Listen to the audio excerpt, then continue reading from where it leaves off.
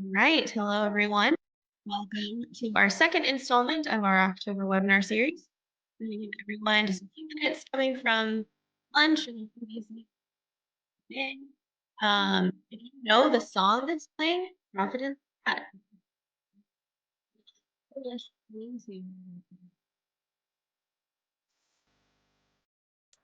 really excited. This is like the remix version. I'll be honest. I might not be, but it is from the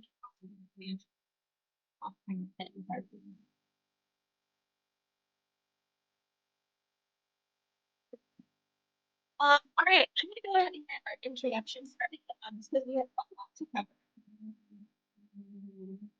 Also, so hopefully you're all in the right place. You're here for our second week of Get Your Content Sheet Together. We have Madeline Lambert from Originality.ai here to talk about the right chemistry for content integrity. Spoiler alert, the first question will be, what the heck is content integrity? So excited to dive in. Just a few things. We are recording the webinar, so you will get a recording of this tomorrow in your inbox. Also, everyone is on auto mute, so please use that chat, use the question feature. I'll be keeping an eye on it if you would like to ask any questions or engage with us during the webinar.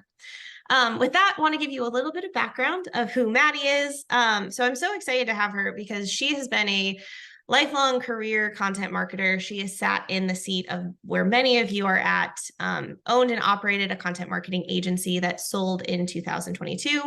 And that's part of what really drives her and gives her passion for what they're working on at Originality.ai, which is an AI detection service, among many things, that is helping marketers really figure out what to do in this kind of unknown world of AI that's entered the scene.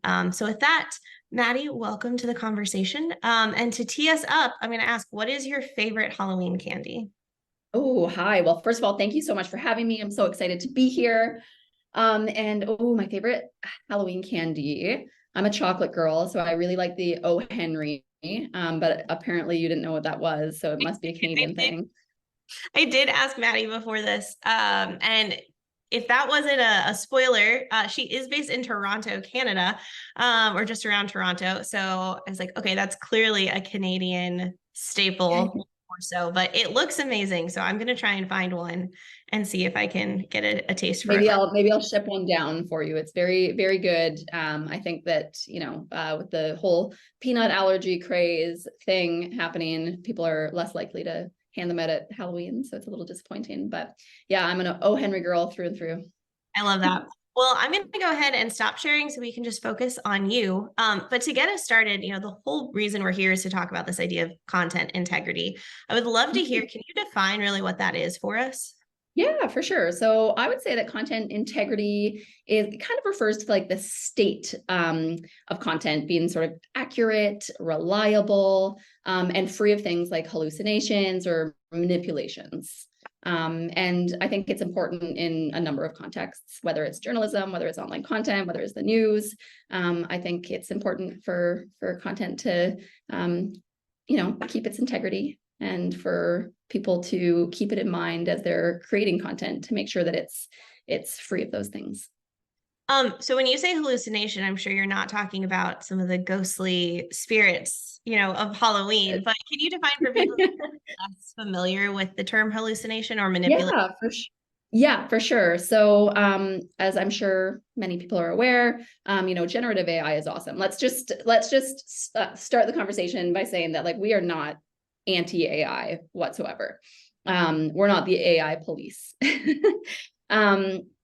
But it's important to use it responsibly in the same way that we expect it to be, developed in a responsible way and rolled out responsibly, and used responsibly. And part of using it in a responsible manner is to, leverage it, use it, but make sure that you're actually like checking it and make sure that you're making sure that it's free of hallucinations, which would refer to sometimes if ChatGPT or any sort of generative AI tool doesn't know the answer, it will make something up, and it sounds so good And these tools are so good and sound so legitimate, that it's easy to overlook it and be like, oh, that's a truth because, you know, ChatGPT said it.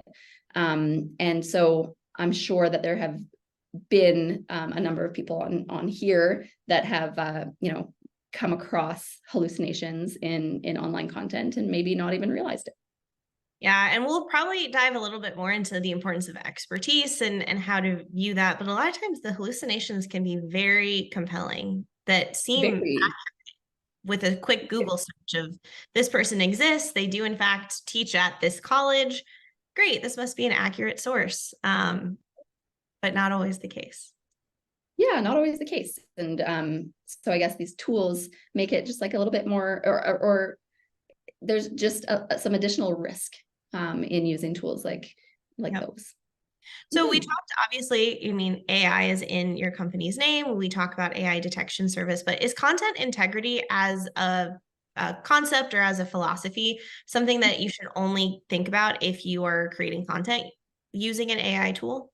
No, not at all. I think that it's important, regardless of how you create the content. You know, I think that these tools make it just like easier and more convenient to accidentally, you know, create content that isn't either accurate or, you know, truthful or reliable. But yeah, I think that no matter how you're creating content, it should, you should create content with integrity. And I think that we do live, unfortunately, in a bit of a weird time where it's like pretty easy to create massive amounts of content and then have it published across many different platforms. And that's where I think we get into a little bit of trouble and increased risk. Yeah. So I'm curious, when you think about the definition of integrity, you know, there's Google has the helpful content update that's kind of been the latest and greatest in Google algorithm SEO for the last year or so. And we can't really define what helpful means. Like there's not a clear-cut definition, and it's a myriad of things that make that up. Do you think that when you go to define content integrity, is there subjectivity to that? Or is it? Yeah, I think all content is a little bit subjective, right? And yeah, so I guess the usefulness piece is subjective to whoever is reading it. But I think that there are a lot of very like credible sources that we can fall back onto. And I think that we should make sure that when we're creating content and when we're thinking about it objectively, I think that it's really important to fall back on those trusted sources to make sure that you know, we're checking its accuracy. Yep, that makes sense. It's one of the things I've thought about when everyone says, which spoiler alert is one of the things we'll talk about next week, is SEO dead? Right. But everyone's like, oh, Google's not needed, or these search algorithms as a tactic is just not what people do anymore because they can go into an AI, ask, get the answer, and kind of move on. But when we go to fact check things, where is it that most people still go to fact check whether or not something is accurate? Right. So Google is kind of the king Still of the hill. Googling it, but I mean, generative AI is sort of like less like the you know, the chat GPTs of the world are still pretty new, and they are being relied upon more and more for more things, more tasks, more like we are trusting it more.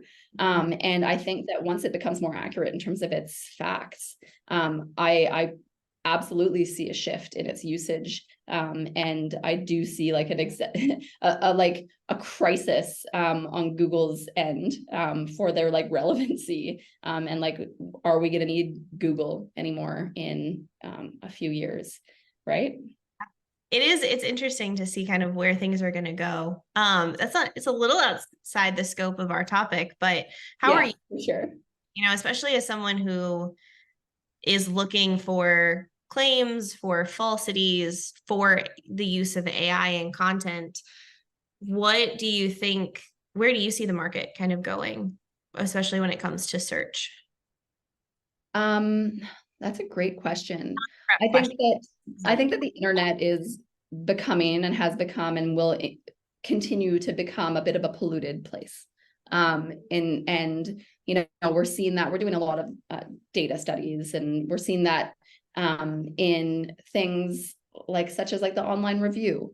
We're seeing like a massive breakdown in online reviews and like the trustworthiness of a review. So for example, we've done a bunch of studies on different like marketplaces. So Amazon reviews, there was a 400% increase after the launch of ChatGPT of like AI generated reviews. And 1 stars and 5 stars were more likely, were like twice more, or yeah, 2 times as likely to be AI generated than like the 2, 3, and 4 stars, which for us indicates like, okay, if that's the case, we're either looking at smear campaigns or self-promotion campaigns. And then, but as like a consumer, what does that mean, right? Does that make you trust, like if you knew that like the product that you were like thinking about purchasing on Amazon, if you knew that like all of its good, like glowing reviews were AI generated, would you be more likely to buy that purchase, or would you be less likely to buy that purchase? So for me, I'd be probably less likely, because it's like obvious that it was like a self-promotion tactic, right? But so we're seeing like movement in those departments where it's like, okay, so people are less likely to make decisions based on reviews. So that's a way that AI has like polluted the internet a little bit. And so I think we'll continue to see those types of pollutions across the board. Yeah, absolutely. And you honed in a little bit there on trust, but one of my questions is, what are the risks to compromising your content integrity? And I would imagine trust is one of them, but kind of curious if you could expand on that or share a few others. Yeah, for sure. So trust obviously is a huge one, but like as a company, as a brand, like your reputation, right?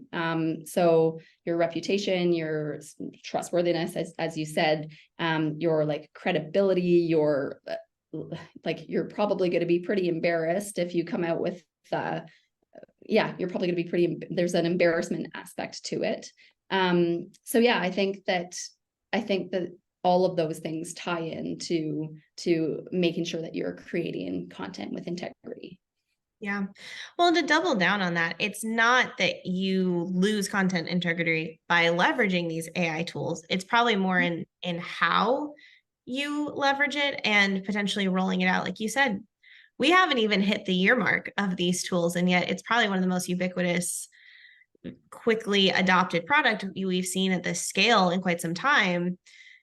And so it's probably more about that process and how you're working it in, and are you really understanding the impacts or how it works, or just kind of throwing it in and saying, let's send this email or let's write this blog post and it must be right, that type of thing. For sure. And I think that we've all like, I think that AI makes it like has the potential of making things just like easier, right?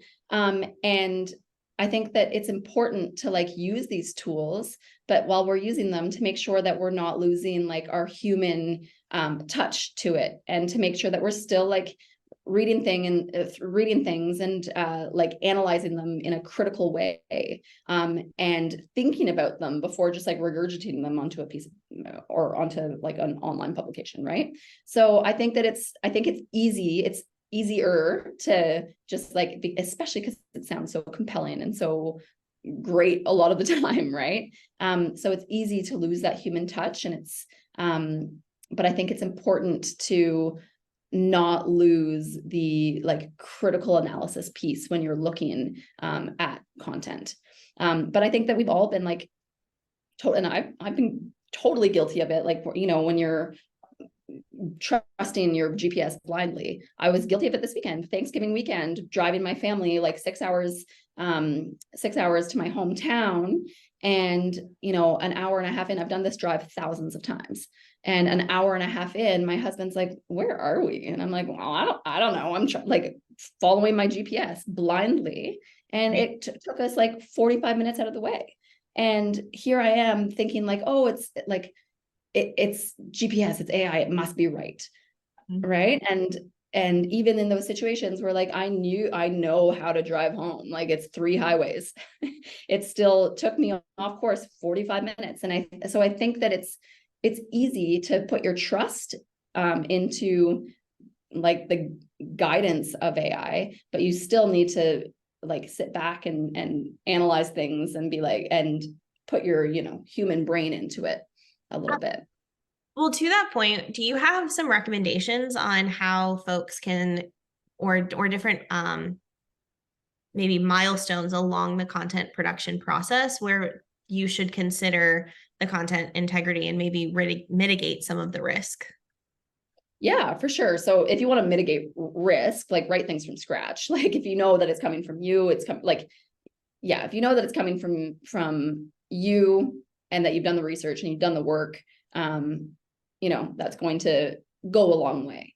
But, if you want to save yourself some time and use AI, cool, use it, but make sure that it's not replacing you, but that you're leveraging it to like enhance your, human creativity.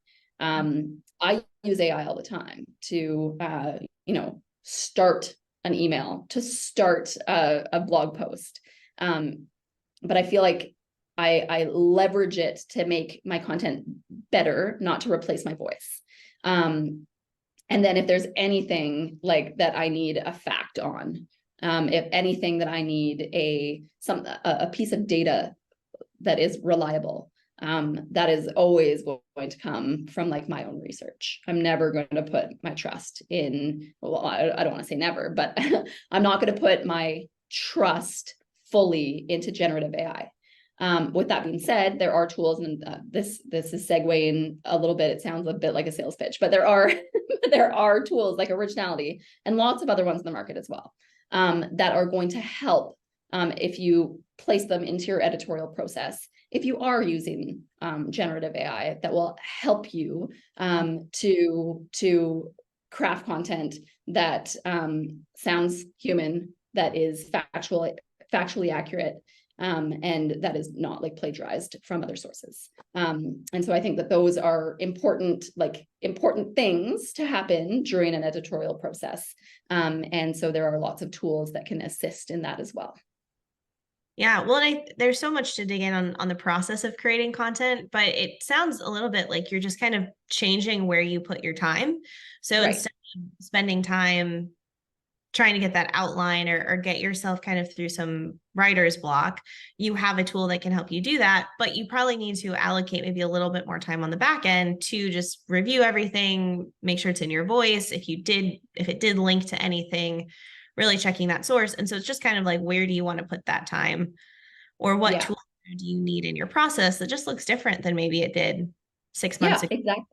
Exactly. And you know what, like we do work with like a lot of agencies and like writers that do use generative AI to pretty much create an entire article. And that's fine too, as long as everyone is on board with it. And so I think that's, again, kind of circling back to like the integrity piece. It's not just like integrity in creating content, but the integrity in maintaining integrity in the whole content creation process and the exchange of content. And so tools like Originality, like if you're a client and you pay, I'm sure you're happy to pay $100 for like an article, like spitballing $100 for an article, but you're probably less happy if you find out that that article is AI generated and that it took a writer 5 minutes to generate with the right prompts. And so maintaining integrity across the board, I think, is where it's important, where it's like throughout the entire exchange of the content creation process. So if you're a writer or a client or an employer, everybody understands where that content came from and are on the same page about it. I think that's sort of like the ethical piece that we're trying to create with tools like Originality. Well, and I'm curious, if you're familiar with SEO and EEAT, expertise, experience, authority, and trust, there's a lot around the importance of having a clear author, an author that has some sort of byline, potentially having an SME review or an editor review, and being able to list that.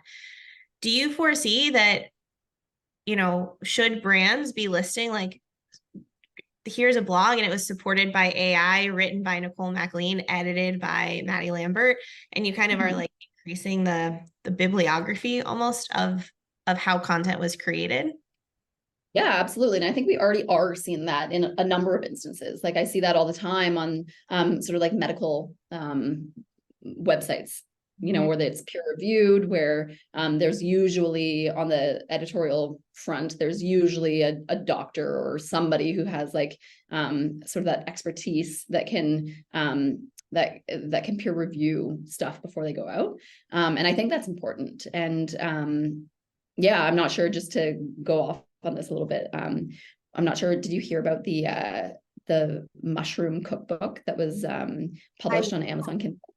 No. So contacted a little while ago by The Guardian, an investigative journalist sort of contacted us and said, hey, do you mind, like, I know this is a big word count that your front end tool doesn't support. Do you mind running this through like your back end with your development team to see if this gets flagged in any way for AI? And so we ran the whole thing, and the entire thing was 100% AI generated. And this is like a mushroom cookbook, right? This is like not something that's like, mushrooms can be extremely dangerous. And like, I think there's like a case in Australia right now of a woman who like accidentally poisoned her entire family cooking mushrooms. And so it's stuff like that. And it was supposedly written by like a PhD in mycology. But this person like didn't actually exist. And so somehow this fell through the cracks and slipped through the cracks of Amazon's policies or whatever on AI generated content. And it somehow got out there, and people were purchasing this book because they thought it was written by somebody who was a PhD in mycology. Like that for me would be like, oh yeah, this person knows what they're talking about. But this is what I'm talking about with hallucinations. Like, this person didn't actually exist, nor did they make these recommendations on how you should cook with certain types of mushrooms. So we did get like a legitimate mycologist to peer review this book that was published on Amazon. And he was like, this is totally irresponsible. Some of these recommendations are so vague that it totally opens up the door to somebody like poisoning themselves or like eating the wrong things or picking the wrong type of mushroom. Like, it was really crazy. And it's like wild that this stuff is happening. And yeah, I kind of went off on a tangent there, but there's yeah, so these are the types of things that we're seeing. Because we've seen this happen even without AI on the scene. Like, that's part of why I love how you've named this as content integrity, of people who claim to have credentials or claim to do things and can put up this front of confidence and a brand. And if you don't start poking holes in it and you just accept what you see, regardless of if AI was involved or not, it's just now it feels like it's maybe just easier to do. Mm-hmm. It's easier to do. And that's exactly it. Easier, more convenient to do, right? Because one use case that just seems simple is, how many of us have college interns who probably don't know 100%, aren't subject matter experts yet in the company that they're working for. And we have them often run social or write emails, things that seem like relatively low lift. But if they write content and it isn't looked over by someone internally and it goes out, you can't guarantee that what they said is right or that they put the right thing out. But we tend to trust that more because you're hoping the human, like even at a college level, they're going to catch or have enough critical thinking to be like, okay, I probably shouldn't say this or I shouldn't do that. I mean, isn't that what happened in like HBO Max or one of the streaming, and like an email went out and they blamed the college intern? It's like, no, that's not the college intern. That's your processes. And nobody had eyes on that, right? And somebody should have. Yeah, content integrity, even though there was probably no AI used in the making of that PR disaster, to point, but it just feels like it's so much more. It's just easier. Yeah. Yeah, it's easier. And I think that it's also poking holes in like the notion of like work ethic. And you know, I think that there's a problem with that right now. And I think that these tools are being relied on to replace rather than enhance. Ooh, wait, say that again. I said these tools, I think, are being relied on to like replace you as a human rather than like enhance you as a human.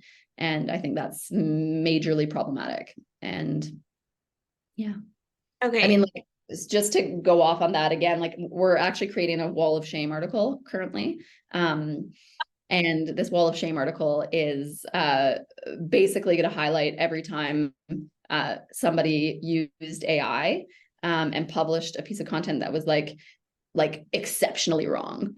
And so we're going to highlight that and show how like crazy it is that like these pieces of content have been able to hit the somebody was able to like hit publish on that piece of content despite the fact that it was like so wrong. For example, a like I'm from like my hometown is Ottawa, Ontario. And there was like a newspaper article that went out that said like, oh, the 10 best like things for tourists to do while they're visiting Ottawa. Yeah. And like number 2 on the list was like to hit up the Ottawa like food bank, which is like a food donation service for like, you know, people who need it. Yeah. That is not something that visitors should be like going to. That is not like a fun thing to do with the family, you know, like it was just like such a blatant like AI disaster where I was like, how did people not have eyes on this? It's wild to me. Well, or the bad thing is they could have, and that just was a human error. And like now we don't really know. We just blame AI, but right. But your processes, if your processes can't catch something like that, then you got a bigger problem.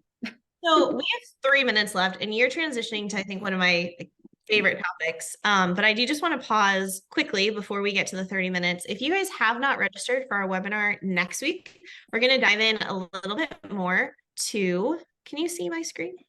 Yes, there we go. To this idea of SEO and the impact of all things on SEO right now. Dropping a link to the registration in the chat. But would love to have you guys back next week. But with that, we've talked a lot about like processes and being thinking about replacing steps or humans or whatever with AI instead of enhancing them.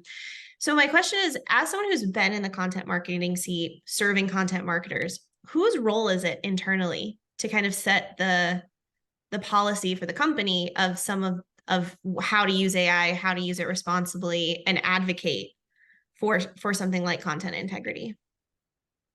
That's a great question. I think that as like an agency standpoint, I think that the leadership team needs to have a congruent stance on AI use and what's acceptable and what's not, and have a like very clear threshold. So I think that comes from up top. Like, what is the sentiment of AI use? How should it be used? When should you use it? And create very clear guidelines on that. And then I think that needs to trickle down into like your SOPs. So your editorial SOP specifically. How are we validating content? How are we checking it? How are we making sure that it's ready to be, you know, released to the client or published online? And so I think that comes from up top. Do you think that leadership is as in tune of the risks or the multiple fail points as maybe a marketer is who's seeing it firsthand? I think that I think that's part of like your risk analysis as like a, you know, business owner operator.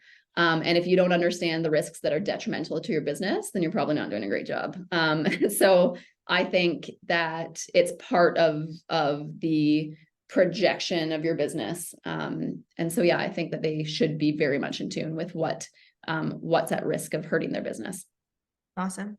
I know we're at time. We did have a couple audience questions. If you have just a few more minutes to get those knocked out. But Yeah. thank you so much to everyone who was able to join. If you can stick around, we're gonna walk through some of these. But first, do you have some recommendations of a few cool AI-based apps for writers? Ooh. Originality, I'll say maybe being one of them. So originality obviously is that's yeah, obviously is why I'm here. But no, just joking. Originality is obviously one that is very useful to both writers and to, yeah, so content creators use it a lot. But then editorial teams use it a lot as well. And that it helps bridge the gap for like content transparency, so that both writers and editorial teams can understand how much AI was used to create that piece of content. Mitigates risk. And so I think that that's a great one. Another great, like, I mean, Grammarly is it's AI powered and it's great. And it doesn't, like increase your, like, it's not doing the work for you. It's just making sure that, it's grammatically correct and that sentence structures are used, or yeah, sentence structures are created correctly, and that, yeah, your formatting is fine. So like, I like Grammarly. I think it's good. It doesn't increase your risk of being flagged for AI either, which is good. Another one that I like, so we used Jasper AI when it came out a lot. We really liked Jasper. We thought they were great. You can load your own facts, like your own fact database into Jasper, so that it creates content that is congruent with your facts, with your messaging, etc. Awesome. I was also going to suggest Jasper is a great one. Grammarly, writer.ai, been really impressed with the stuff they've put out. Last question, how to use IE in your website? IE? Okay, I also was unsure. Victor, if you are still on, can you define what IE means? See if he's there. While we're waiting for that, maybe just any final like recommendations or any final thoughts to leave the folks today? Yeah. So I think that we live in a world where it's like really, really easy to create content that's not great, and just take a minute to review it. Like, take a look at it, make sure that you're looking at it with like a critical lens, and don't lose your human piece to AI, is kind of my final thought. I love that. Two of the biggest takeaways, don't use something to replace when you should be using it to enhance, and don't lose that human piece. Of what you're doing. So Maddie, thank you so much for joining us. I've dropped your LinkedIn in the chat. I'll do it again right now, but please connect with her. They're doing some great stuff, and just an awesome person to stay connected with. We will be getting the the recording over to all of you tomorrow. So keep an eye on that, and hopefully we'll see you all next week. Thanks so much. Have a good one. All right, awesome. Thank you so much for having me. Bye-bye.